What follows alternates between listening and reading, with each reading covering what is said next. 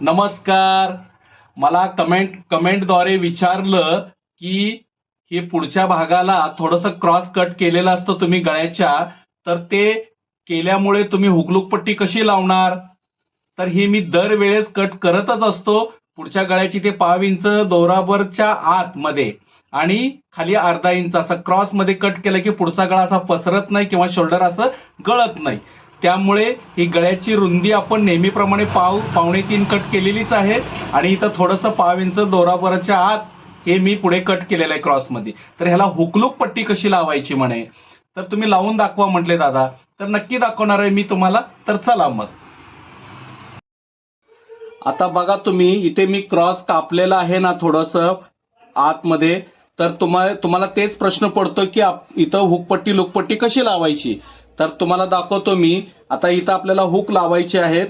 तर मी ही पट्टी बनवली सरळ नेहमीप्रमाणे आपण लावतो ना तशीच लावायची मार्जिंग धरून आणि त्या पद्धतीने याला खाली जाऊ द्यायचं आणि इथे एक बारीक प्लेट टाकायची आणि जसं लावतोय आपण पट्टी तशी ही पूर्ण लावून घ्यायची. बरोबर. तर ह्याच्या खाली मार्जिंग बघा मी तसंच धरलेलं आहे जे शेवटपर्यंत. मग याला आपण एक किनारी मारून घ्यायची याच्यावरतून, हे बघा, आणि त्यानंतरने याला असं दुमडून घ्यायचं. हे बघा, दुमडून घेतल्यानंतरने याला व्यवस्थित मशीन मारून घ्यायची. इथं प्लेट टाकलेली असते ना ती प्लेट फुलवायची, हे बघा, आणि बरोबर ह्या हिशोबाने तर शेवटपर्यंत टीप घ्यायची. मग हे हुक लावण्यासाठी आपली पट्टी तयार झाली. मग तुम्ही बघू शकता कुठे अडचण आली का ह्याला. आता दुसरी आपण लूक बनवायची पट्टी लावूया. आता हे लूक बनवायचं आपल्याला इकडे पट्टी लावायची. तर तुम्ही बघा इथे क्रॉस मी कट केलेला आहे. ऐका, इथं क्रॉस कट केलेला आहे. तर ह्याला लावताना तुम्हाला अडचण वाटत असेल ना, तर मी दाखवतो. ही आपण लूक बनवायची पट्टी बनवली आहे. तर असं ठेवायची या पद्धतीने आणि जसं मार्जिंग जातं ना तसं मार्जिंग बरोबर ह्या दाबाचं धरायचं. इकडे जास्त जाऊ द्यायचं नाही कापड. आणि याच्या खाली व्यवस्थित खालचं पण मार्जिंग आलं पाहिजे. आणि आता इथे आल्यानंतर ना बघा तुम्ही इथं क्रॉस आहे ना, तर ह्याला बरोबर त्याच हिशोबाने आपण पट्टी गेली पाहिजे. मग याच्यानंतर ना दुमडून बाहेर काढायचं, ह्याला नख मारायचं, व्यवस्थित होतं. आणि 1 इंचाच्या हिशोबाने ते 1.25 इंचाच्या अंदाजाने एवढ्या रुंदीची आपण ही पट्टी बनवायची.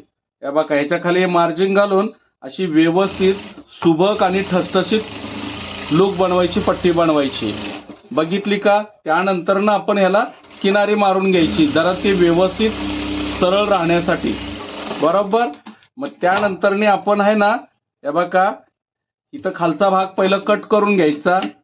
त्यानंतर ना समोरचा भाग पण हा कट करून घ्यायचा. म्हणजे हा भाग झाला बरोबर एवढा.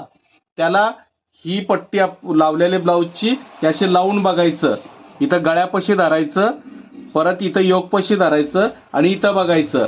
बरोबर असेल तर अडचण नाही. आणि जर कमी जास्ती असेल तर नकळत इथं कंबरपट्टी लावणार असेल तर इथं नकळत आपण सरळ करायचं आणि इथं परत एकदा लावून बघायचं व्यवस्थित आहे का. तर हे बरोबर असं व्यवस्थित गळ्याला आहे. मग आता तुम्ही बघू शकता की हा गळा ज्यावेळेस लावल्यानंतरनं कसा धरून बसतोय पुढे. हा व्यवस्थित आहे की नाही तुम्ही बघू शकता. हे गळा धरून म्हणजे हा गळा पसरणार नाही आणि शोल्डर पण उतरणार नाही. त्याच्यासाठी इथे 5 इंच मी कट करायचं असं सांगितलेलं आहे. हे बरेच जणांना प्रश्न पडत होता की हुकपट्टी लुकपट्टी लावल्यावर मग अडचण कशी येईल, ते लावता येणार नाही असं वाटत होतं. पण मी कसं लावून दाखवलं. तर ही अशी पद्धत आहे. तर आता हे हाफ कटोरीचं झालं. कटोरीचं असेल तर कागदाचा पीस ज्यावेळेस आपण काढतो त्यावेळेस त्याला क्रॉस कट करून घेतलेलं असतं. मग नंतरनं कापडावर कटोरी काढतो ना आपण तेव्हा त्याला बरोबर त्या बाजूनीच आपण कट करून घेतलेलं असतं. तर ह्याच्या पद्धतीने हुकलूक पट्टी आपण बसवू शकतो. करा प्रयत्न, नक्की होईल.